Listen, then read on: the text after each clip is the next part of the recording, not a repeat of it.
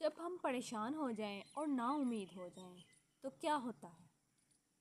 ایسا ہی ہوتا ہے کہ شیطان ہمارے دل میں وسوسے ڈالتا ہے کہ تم بہت گناہ گار ہو، اب تمہاری تو توبہ بھی قبول نہیں ہو سکتی، اس کے ساتھ ساتھ تمہارا اللہ سے کوئی تعلق ہی نہیں۔ اکثر اوقات ہم ایسا کرتے ہیں کہ ہم لوگوں سے، کسی اور سے اپنی دعا کرواتے ہیں۔ بے شک ایک دوسرے سے دعا کروانی چاہیے، اس سے دعائیں قبول بھی ہوتی ہیں، لیکن اس حد تک نا امید ہو جانا کہ میں دعا کر ہی نہیں سکتا، اور میں اگر دعا کروں گی بھی تو اللہ تعالیٰ میری دعا قبول ہی نہیں کرے گا،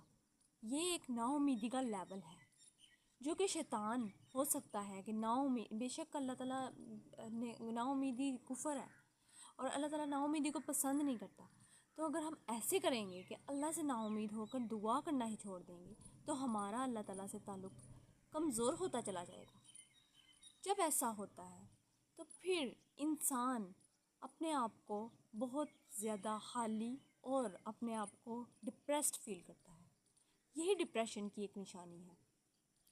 اس کے برعکس اگر ہم اپنے گناہوں کی توبہ کریں اور ان کو لوگوں کے سامنے بتانے کی بجائے اپنے اللہ کے سامنے اعتراف کر لیں اور پھر اللہ سے توبہ کریں، سچی توبہ، وہ توبہ ایسی توبہ ہے کہ زبان سے استغفار بولا جائے لیکن دل سے اس کی گواہی دی جائے۔ دل سے گواہی کیا ہوتی ہے؟ دل سے گواہی دینے کا مطلب ہے کہ آپ اپنے گناہوں کو قبول اعتراف کریں، اللہ کے سامنے جھکیں، اور اللہ کے سامنے جب آپ اپنے ساتھ اپنے دل کی بات کریں گے کہ میں بے شک انسان جب بھی انسان کوئی گناہ کرتا ہے یا کوئی غلط کام کرتا ہے تو وہ اپنے آپ کو جسٹیفیکیشن دیتا ہے۔ یہ جسٹیفیکیشن وقتی طور پہ ہوتی ہے، وہ اس چیز کو مٹا نہیں سکتی، اور جسٹیفیکیشن دیتے دیتے انسان خود کو گمراہی میں لے جاتا ہے اور خود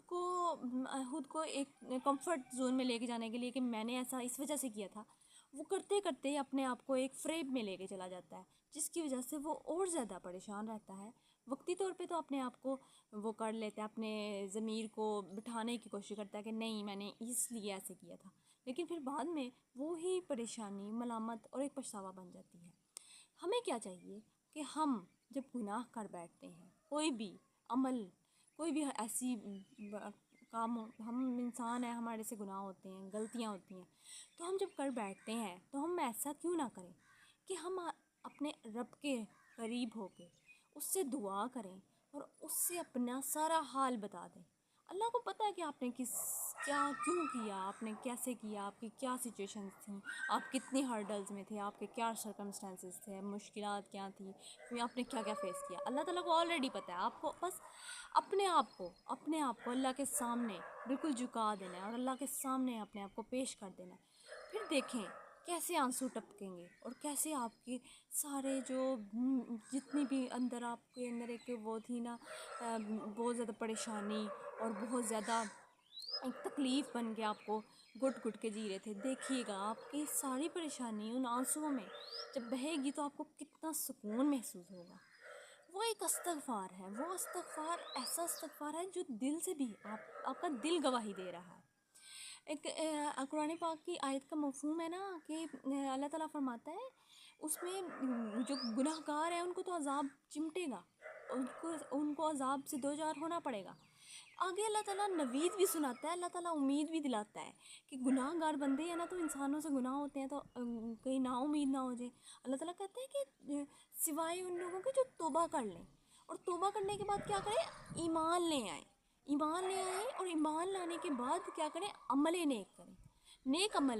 عمل اگر آپ کی زندگی میں آتا ہے، آپ اللہ پہ یقین رکھتے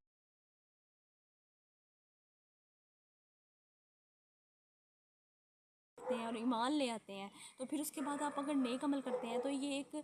گواہی ہے کہ آپ اللہ پر یقین رکھ رہے ہیں، آخرت پہ یقین رکھ رہے ہیں، اس صلے کی امید رکھتے ہوئے جو آخرت میں اللہ تعالیٰ نے اپنے نیک بندوں کو دینا ہے۔ تو جو اللہ تعالیٰ سے سچی توبہ کرتا ہے تو وہ حقیقتاً نیک عمل کی طرف راغب ہوتا ہے، اس کی طرف کوشش کرتا ہے۔ تو کوشش کریں کہ آپ اپنے استغفار کو